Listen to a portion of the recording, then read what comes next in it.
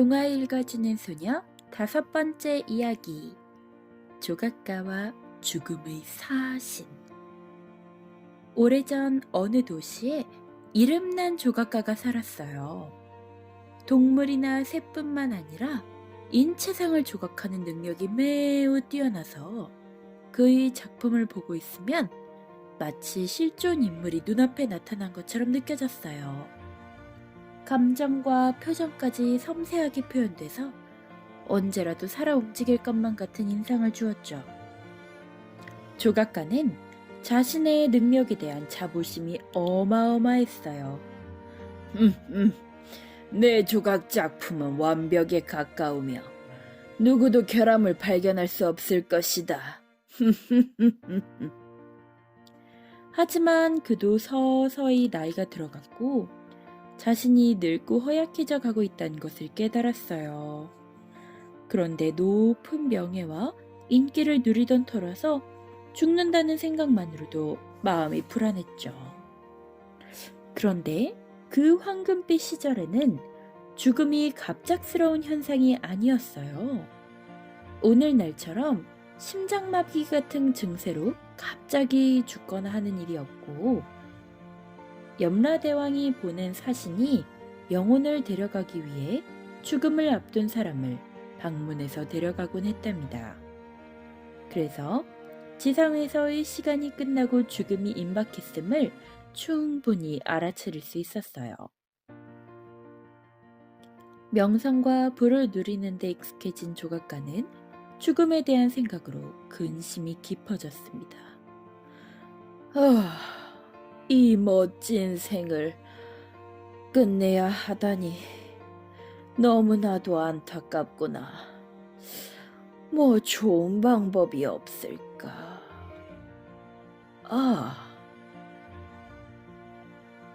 조각가는 죽음의 사자를 속일 한 가지 계획을 세웠습니다.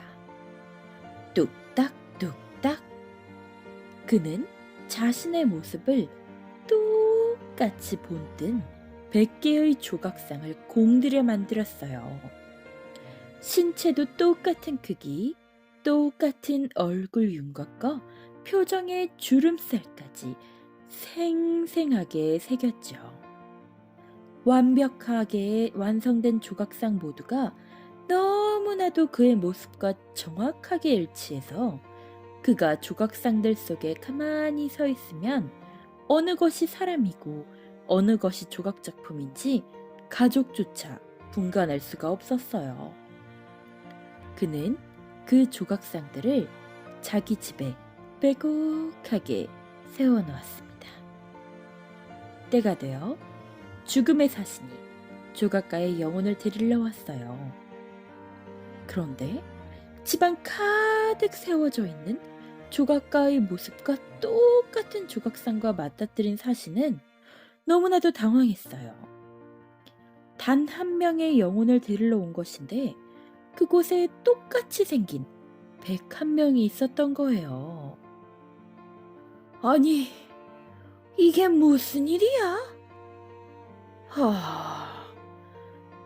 아무리 보아도 전부 다 똑같은데 알 수가 없구나. 오늘은 이만 가야겠다. 뭐라? 죽음의 사진은 신을 혼란에 섬기는 빠져 수행자인 그냥 나에게 돌아갈 수밖에 빈둥거린다고? 빈손으로 그렇게 해서 돌아온 두 사람 사신을 사이에 보고 격한 실랑이가 염라대왕은 벌어졌습니다. 불같이 화를 내었습니다. 수행자가 먼저 도비를 밀쳤고 뭐라? 그가 몸을 피하며 101명? 말도 안 되는 소리 하지 말거라. 그 녀석은 분명히 자기와 똑같은 조각 100개를 만들어 놓았을 거야.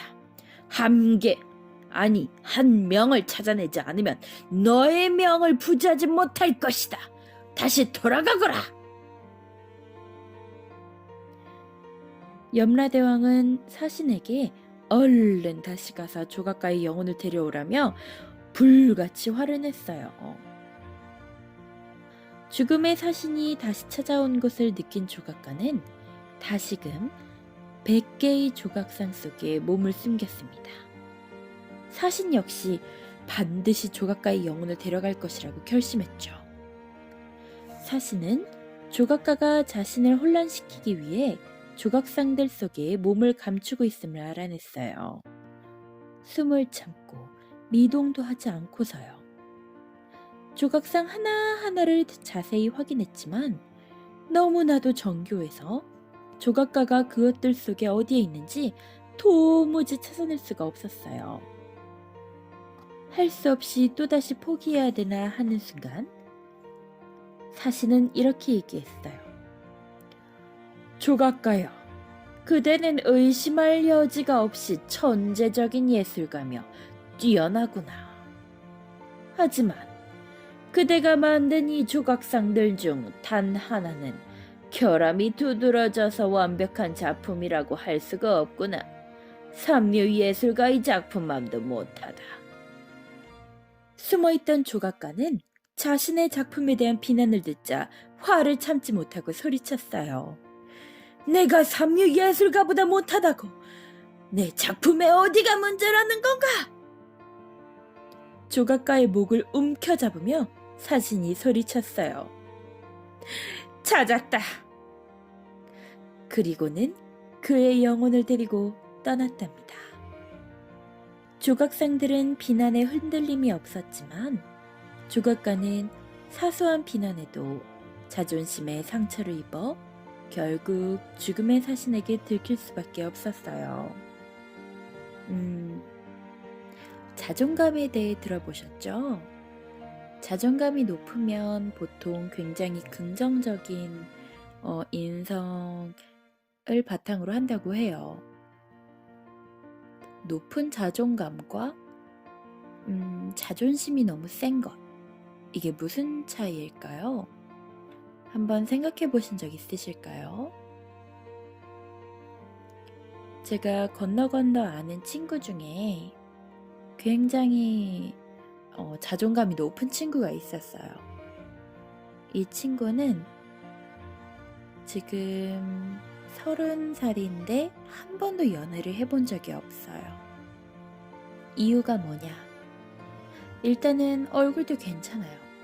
몸매는 상당히 화려한 편이에요. 좋다는 뜻이죠.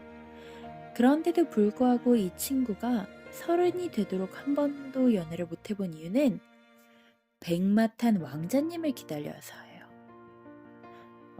이 친구는 자기에게 모든 것을 맞춰줄 굉장히 돈도 많고 능력도 있고 멋진 남자가 나타날 거라고 어렸을 때부터 얘기를 했어요.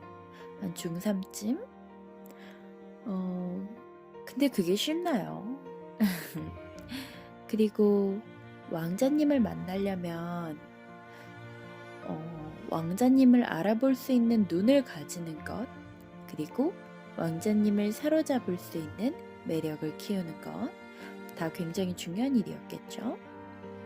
네, 그렇게 그녀는 30까지 왕자님을 만나지 못해서 연애를 하지 못했습니다. 과연 40에는 만날 수 있을까요? 과연 왕자님을 만나는 것만이 자신의 자존심을 지키는 걸까요? 동화 읽어주는 소녀 5번째 이야기 여기서 마치겠습니다. 다음 이야기에서 만나요.